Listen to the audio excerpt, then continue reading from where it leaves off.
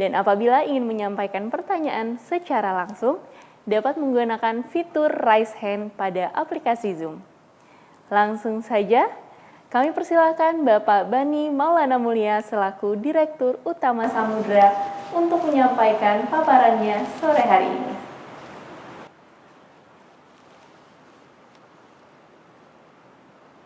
Terima kasih Bella.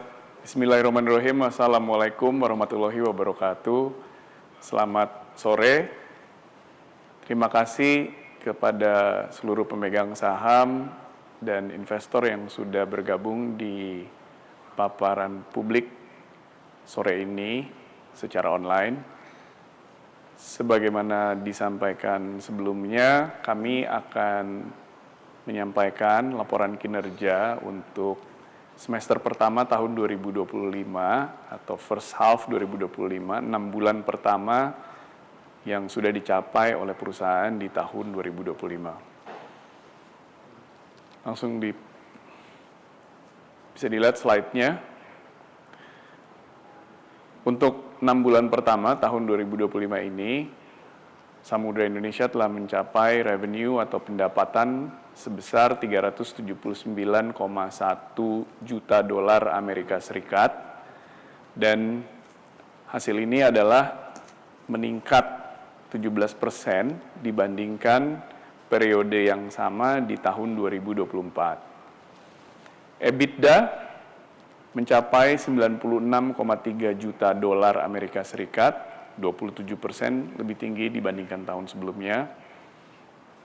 Dan laba usaha mencapai 48,9 juta dolar Amerika Serikat.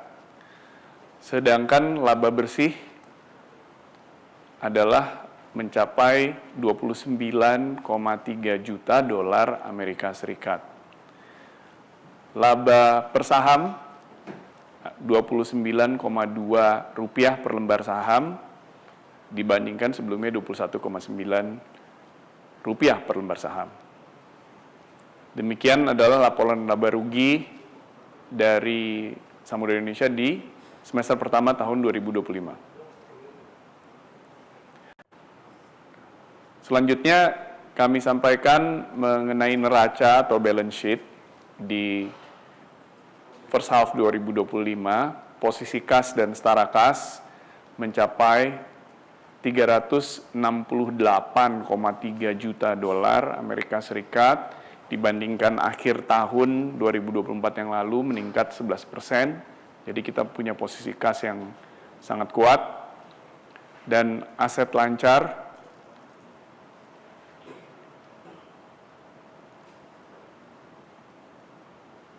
yang dicatatkan perusahaan di akhir semester pertama 2025 mencapai 635,7 juta dolar Amerika Serikat.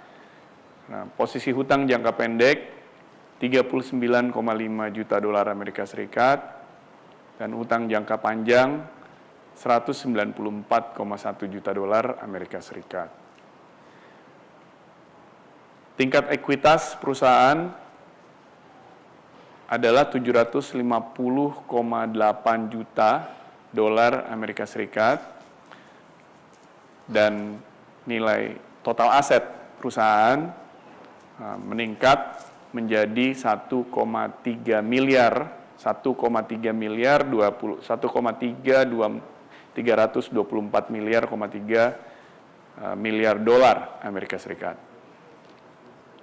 Jadi posisi perusahaan, puji Tuhan, alhamdulillah semakin baik dan semakin kuat dan sehat.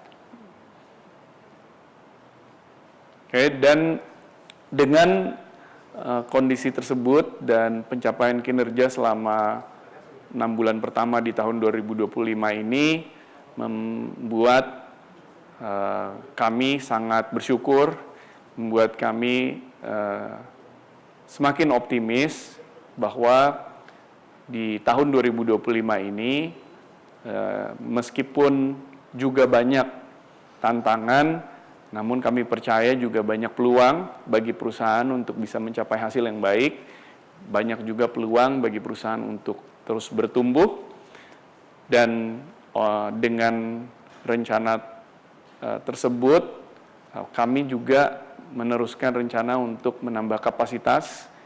Kami berencana untuk membeli kapal tambahan karena memang saat ini permintaan dari pelanggan ternyata lebih besar dibandingkan kapasitas yang saat ini sudah kami operasikan, sehingga kami sedang dalam proses untuk mencari kapal-kapal tambahan dan sedang proses penambahan CAPEX dan capital expenditure.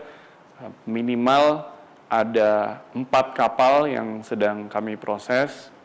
Mudah-mudahan ketika kapalnya sudah bisa final untuk bergabung di armada Samudra Indonesia, tentunya di dalam paparan-paparan publik berkala berikutnya akan kami sampaikan. Tapi sementara update CAPEX terus berjalan dengan terus tentunya dengan cautiously optimistic. Kita optimis tapi tetap menjalankan pertumbuhan perusahaan secara berhati-hati. Kemudian update berikutnya kita lihat historical dari dividen yang pernah diberikan oleh Samudra selama ini. Sejak di chart terlihat dari 2017 hingga tahun lalu 2024, dan kita lihat di 3 tahun terakhir kita konsisten dalam memberikan dividen interim di semester pertama. Setelah selesai semester pertama tahun buku yang berjalan di tahun 2022, 2023, dan 2024, kami membagikan dividen interim sebagaimana bisa dilihat di dalam chart. Dan per hari ini kami juga telah mengadakan rapat antara Dewan Komisaris dengan direksi, yang dimana direksi mengusulkan kepada Dewan Komisaris dan telah didapatkan persetujuan dari Dewan Komisaris bahwa untuk tahun buku 2025 ini Samudra akan memberikan dividen interim lagi, yaitu sebesar Rp2,5 per lembar saham, dan atau totalnya adalah Rp40,9 miliar untuk semester pertama tahun 2025. Jadi dibandingkan tahun lalu, dividen interimnya tahun lalu adalah Rp2 per lembar saham, dan tahun ini kita sampaikan dividen interim sebesar Rp2,5 per lembar saham, lebih tinggi dibandingkan tahun 2024. Dan dividen interim ini dijadwalkan akan disampaikan atau dibayarkan sepertinya di akhir bulan depan ya, di akhir bulan Agustus. Sementara demikian laporan kinerja dan usulan, atau bukan usulan lagi, usulan yang sudah diterima dan sudah disetujui dan akan kami proses segera.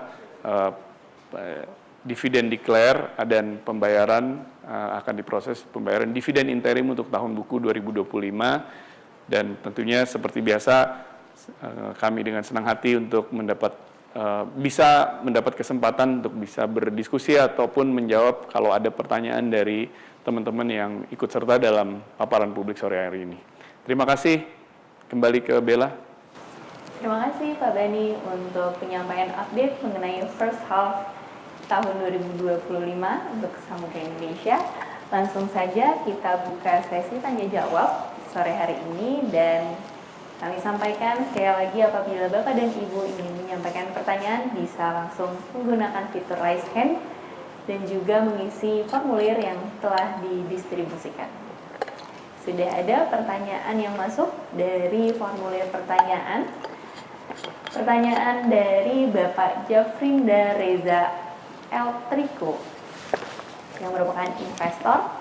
Silakan Bapak Bani untuk langsung menanggapi. Ya, terima kasih Pak Jafrinda Reza. Mengingat adanya kontradiksi antara penurunan laba bersih di tahun buku 2024 dan pemulihan di semester pertama 2025. Apa strategi manajemen untuk melanjutkan tren positif ini berkelanjutan hingga akhir tahun? Dan bagaimana proyeksi laba bersih serta EBITDA untuk tahun buku 2025 secara keseluruhan? Ya, sebagaimana yang tadi saya sampaikan, hasil di semester pertama 2025 ini semakin menumbuhkan optimisme, walaupun bahasanya atau istilah saya itu cautiously optimistic. Artinya kita optimis, namun tetap kita harus berhati-hati.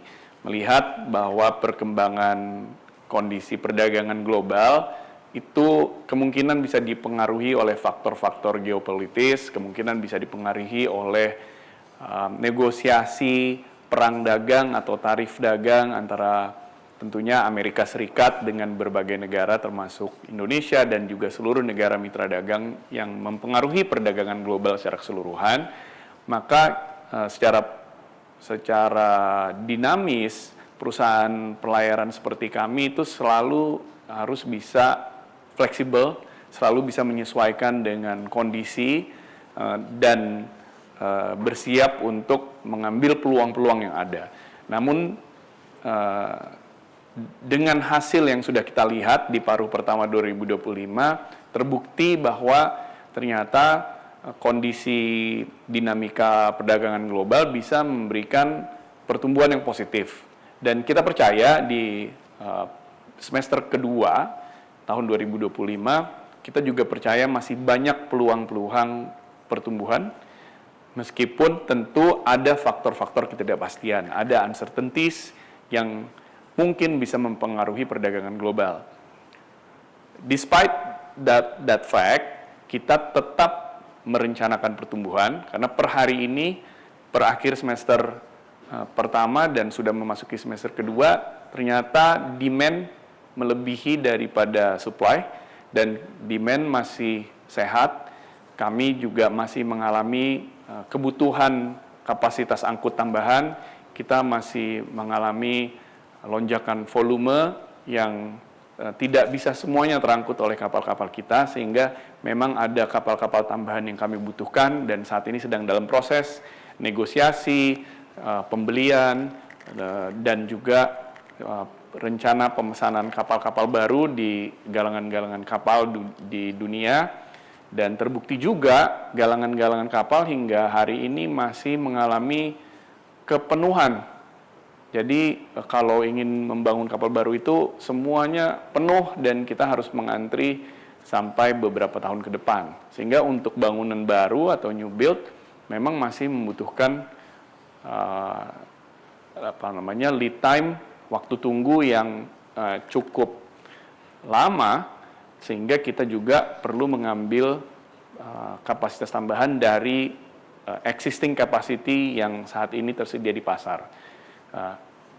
Artinya signalnya sangat positif bahwa apa yang ada di pasar, demand yang ada di pasar, permintaan dari para pelanggan itu cukup untuk bisa kita melakukan investment capex. Jadi itu menjadi gambaran juga tren ini tren yang positif, kemungkinan akan lanjut sampai di semester 2 tahun 2025 ini sampai akhir tahun. Dan mudah-mudahan dengan hal tersebut maka minimal tentunya kita bisa mencapai budget atau melebihi budget, karena hingga semester pertama ini budget atau anggaran yang direncanakan untuk setengah tahun 2025 sudah terlampaui, dan mudah-mudahan untuk full year juga bisa terlampaui sehingga hasil 2025 insya Allah bisa dicapai dengan baik. Demikian Pak Jafrinda Reza. Baik, kita beralih ke pertanyaan selanjutnya. Dari Pak Eri dari Stockbit, pertanyaan pertama, bisakah dijelaskan lebih lanjut mengenai strategi akuisisi yang sedang dilakukan di Eropa dan Asia Tenggara? apa target utama dari akuisisi ini, market share, teknologi, atau sinergi rute logistik. Prinsipnya, strategi akuisisi adalah rencana perusahaan untuk bisa berkembang secara anorganik juga. Meskipun tadi juga saya sudah jelaskan sebelumnya, secara organik kita masih mengalami pertumbuhan, kita masih melakukan proses-proses pertumbuhan dengan menambah kapasitas, menambah rute, dan menambah kapal, dan juga berbagai faktor pertumbuhan organik lainnya. Akuisisi kita kaji juga dan kita lakukan untuk bisa bertumbuh lebih cepat lagi, bisa mengambil peluang dan kesempatan lebih cepat lagi. Banyak peluang tersebut memang yang saat ini sedang kami kaji di beberapa pasar, tidak hanya di satu pasar saja. Memang ada beberapa pasar dan beberapa negara yang kita sedang lakukan agar pertumbuhan kita bisa lebih cepat. Betul, termasuk juga di Eropa kita berencana untuk menambah servis dan rute layanan di sana. Saat ini sudah juga ada kapal kita yang beroperasi di Eropa, meskipun masih lebih banyak tentunya yang beroperasi di Asia. Dan target utama adalah bukan hanya meningkatkan market share ataupun rute mensinergikan rute logistik, tapi lebih kepada mengembangkan kapasitas kita, tidak bergantung kepada pasar-pasar yang kita memang sudah menjadi leader mungkin, atau mungkin pasar-pasar di mana kami saat ini sudah menjadi pemain yang baik, tapi kami juga ingin mengembangkan di pasar-pasar lain yang ternyata memang kebutuhannya ada. Permintaan dari pelanggan-pelanggan kami untuk bisa masuk ke pasar-pasar tersebut juga membuat kita lebih mendiversifikasi kontribusi pendapatan perusahaan, tidak bergantung kepada hanya satu atau dua atau tiga pasar saja, tapi menambah sumber-sumber pendapatan perusahaan dari pasar-pasar yang lain. Itu adalah targetnya dan niatannya. Pertanyaan kedua, berapa besar kontribusi ekspansi internasional terhadap target pertumbuhan revenue dalam 2-3 tahun ke depan? Saya tidak bisa quantify saat ini, tentu di dalam kajian kami ada hitungannya. Kami tidak bisa share seberapa karena belum semua tereksekusi, tapi yang jelas memang pertumbuhan ekspansi internasional samudra dibandingkan ekstensifikasi dari kapasitas domestik kita lebih besar. Pertumbuhan kita di luar negeri saat ini lebih besar, kontribusi dari pasar internasional dibandingkan kontribusi dari pasar domestik bagi Samudra Indonesia itu bisa dibilang lebih dari 50-50 ya. Jadi mungkin lebih besar kontribusi ekspansi internasional dibandingkan ekspansi domestik. Having said that, bukan berarti di domestik kami tidak melakukan pertumbuhan dan ekspansi, sebagaimana diketahui juga, dan menyambung kepada pertanyaan ketiga, bagaimana perkembangan utilisasi kapal dan terminal setelah kerjasama di Patimban berjalan penuh. Ini juga adalah salah satu proyek yang exciting untuk kami, bahwa kami saat ini sedang terus-menerus mengejar beroperasinya pelabuhan atau terminal peti kemas Patimban yang tentunya akan menambah produktivitas, kapasitas, dan volume yang diharapkan bisa tumbuh, baik itu dari produktivitas pelabuhan maupun juga layanan servis kapal terutama di Jawa Barat, karena disitulah lokasi pelabuhan Patimban beroperasi. Dan tentunya akan dikejar produktivitas yang lebih tinggi dan efisiensi operasional menjadi target juga. Terima kasih Pak Eri. Baik, kita langsung saja lanjut ke pertanyaan selanjutnya. Masih dari formulir pertanyaan. Oke, terima kasih Bella. Dari Pak Hairul Saleh, pertanyaannya, Indonesia di ASEAN menjadi salah satu negara dengan tarif kecil yang diberikan oleh Amerika Serikat. Apakah Samudra sudah siap dengan membuka rute pengiriman dengan kontainer ke negara Amerika Serikat, mengingat Samudra rute pelayarannya paling banyak hanya di China dan India? Terima kasih. Sebenarnya kami ini memang tidak punya rute direct, ya, tidak punya layanan direct ke Amerika Serikat. Tapi bukan berarti kontainer ataupun kargo apapun yang kami angkut bukan punya tujuan akhir Amerika Serikat. Karena memang kami juga melayani jalur-jalur yang merupakan jalur feeder. Nah, feeder itu bisa menggunakan hub-hub, berbagai hub yang ada di Asia Tenggara maupun di bagian negara bagian lain di dunia. Bisa aja hubnya di Asia, bisa aja hubnya di Middle East, bisa aja hubnya di Singapura, bisa aja hubnya di Malaysia. Ataupun dari tujuan Indonesia pun bisa aja kapalnya kemudian bertujuan akhir peti kemasnya ke Amerika Serikat. Jadi bukan berarti tanpa ada rute direct langsung yang call kepada pelabuhan Amerika Serikat, kita tidak membawa barang atau kargo ekspor yang bertujuan ke Amerika Serikat. Jadi sama saja, tapi kalau ditanya apakah kita akan punya rute direct langsung calling pelabuhan di Amerika Serikat, sampai saat ini tidak, dan tidak ada rencana untuk ke sana karena menangani rute-rute servis yang kami layani saat ini saja, kami sudah masih juga perlu menambah kapasitas. Jadi alhamdulillah kapalnya juga penuh. Gitu. Terima kasih Pak Hairul Saleh.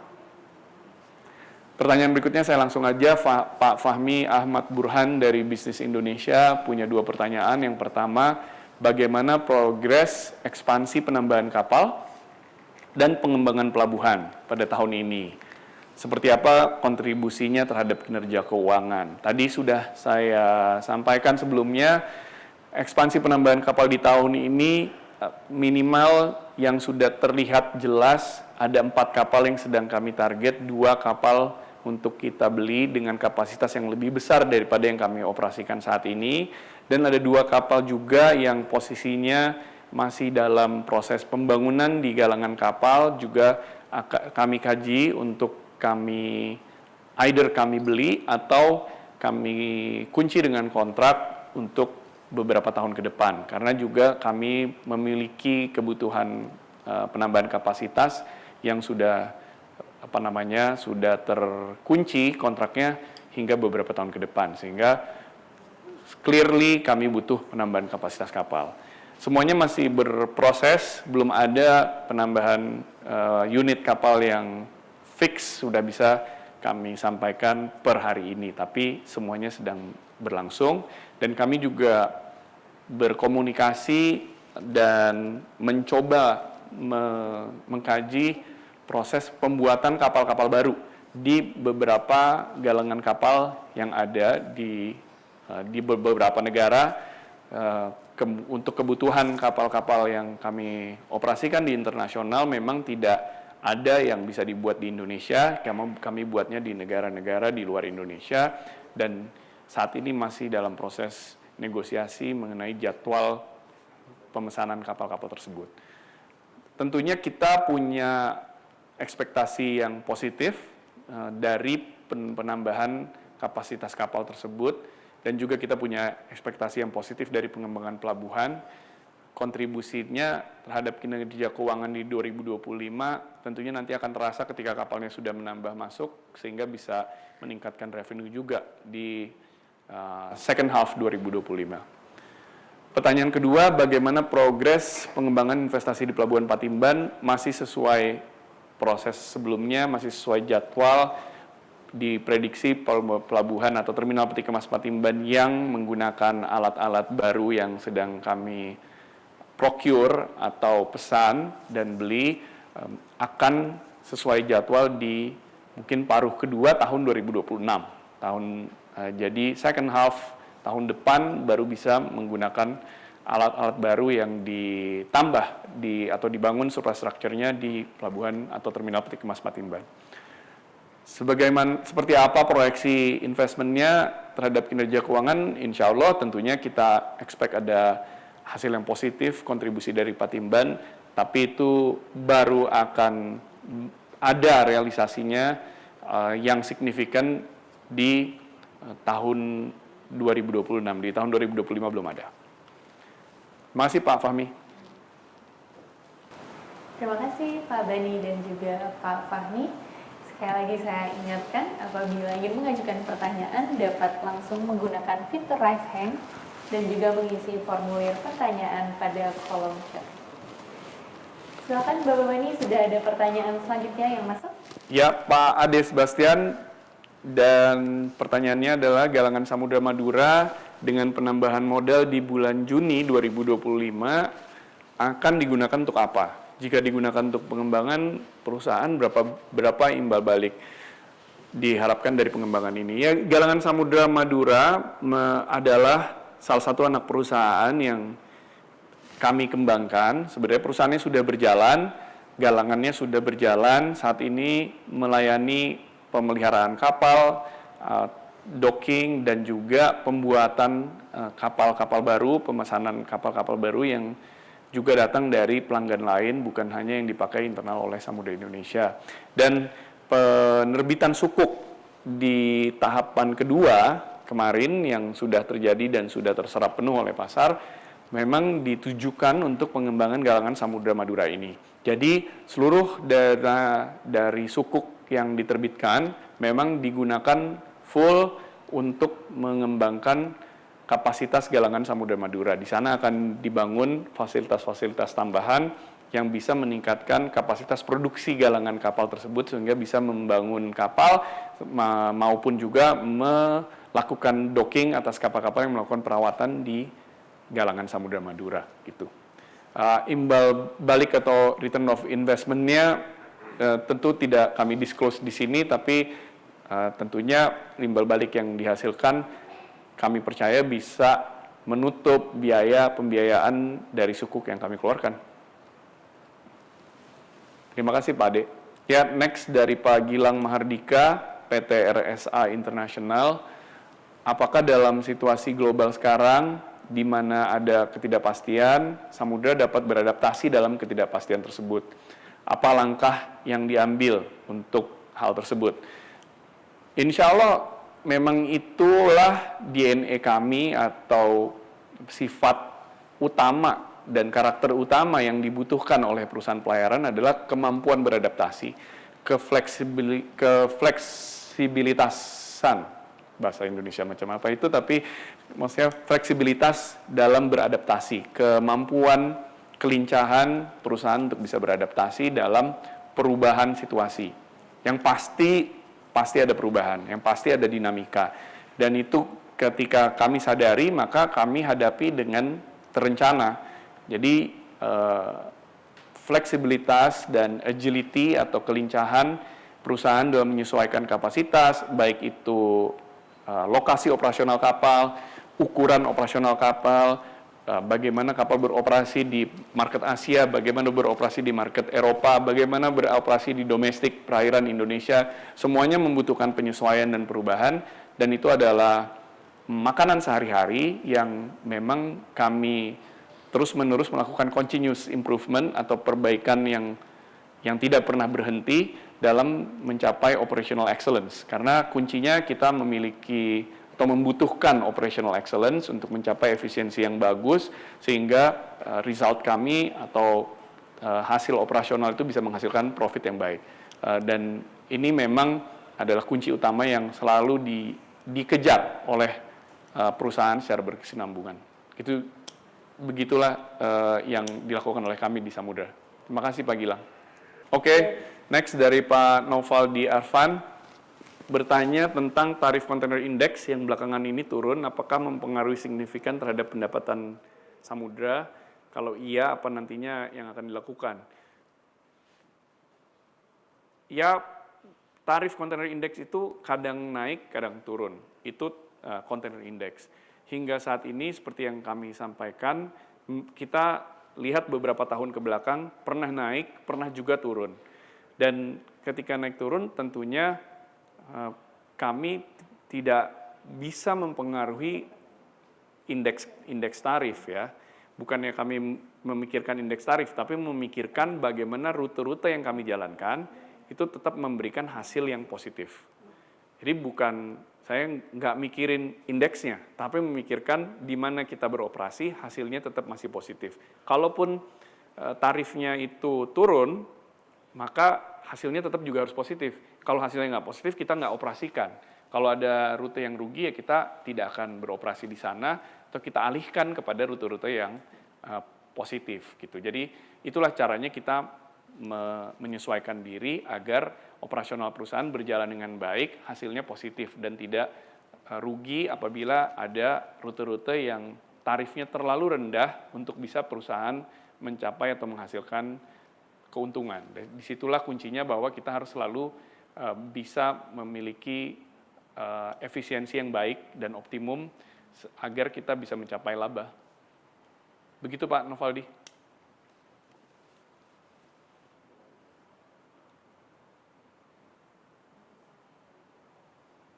Baik, pertanyaan selanjutnya ada dari Bapak Khairul Saleh.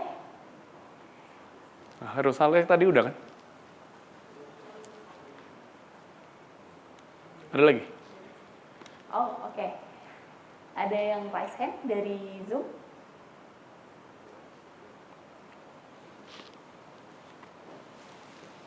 Oke, kita balik ke formulir pertanyaan. Dari Bapak Beni Siregar. Apakah kapal baru yang dibeli melalui pemesanan yang mengantri memiliki keunggulan yang signifikan dibandingkan kapal yang sudah tersedia di pasaran? Seperti apa perbandingannya sehingga perusahaan harus memesan kapal yang baru dibuat? Ya, terima kasih Pak Beni. Ada yang bilang suaranya hilang. Tapi ada yang bilang enggak kok, aman. Oke. Jadi, terima kasih pertanyaannya Pak Beni Siregar. Kapal baru biasanya tentunya kalau baru, teknologinya lebih baru, dan kapasitasnya juga bisa disesuaikan. Biasanya memiliki desain yang lebih ekonomis, baik itu dari desain aerodinamisnya yang selalu terus-menerus dikembangkan dalam mendesain kapal. Juga teknologi mesinnya biasanya juga diperbaiki efisiensi dari pemakaian atau konsumsi bahan bakarnya. Sehingga kapal baru itu bisa memberikan hasil produktivitas yang lebih tinggi dengan pemakaian bahan bakar yang lebih sedikit. Dan biasanya juga kita memikirkan tipe jenis bahan bakar yang lebih ramah lingkungan untuk kapal yang dibuat baru dibandingkan kapal yang lebih tua. Kurang lebih itu beberapa faktor yang berbeda kenapa kita masih juga ingin membuat kapal-kapal baru. Selain itu juga memang ada ukuran-ukuran khusus, desain khusus yang membutuhkan keunikan. Ada beberapa pelabuhan yang memiliki batasan-batasan atau limitasi ukuran jenis kapal dan tipe jenis kapal yang dibutuhkan dalam servis-servis kami. Jadi kapalnya belum tentu ada di pasar, harus didesain khusus dan dibikin baru di galang kapal. Kurang lebih begitu gambarannya Pak Beni. Baik, terima kasih Pak Bani dan Pak Beni. Pertanyaan dari Pak Beni adalah pertanyaan terakhir untuk sesi sore hari ini. Terima kasih Pak Bani dan terima kasih untuk rekan-rekan pemegang saham, rekan-rekan media dan juga analis yang sudah bergabung pada laporan kinerja first half Samudra pada tahun 2025. Sampai jumpa di acara selanjutnya. Wassalamualaikum warahmatullahi wabarakatuh.